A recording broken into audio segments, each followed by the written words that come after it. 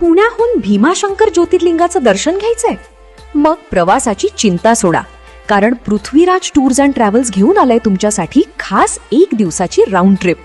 पुण्याहून भीमाशंकर आणि पुन्हा पुण्याला. आरामदायी, सुरक्षित आणि विश्वासार्ह प्रवास. तुमच्या बजेटनुसार गाडी निवडा.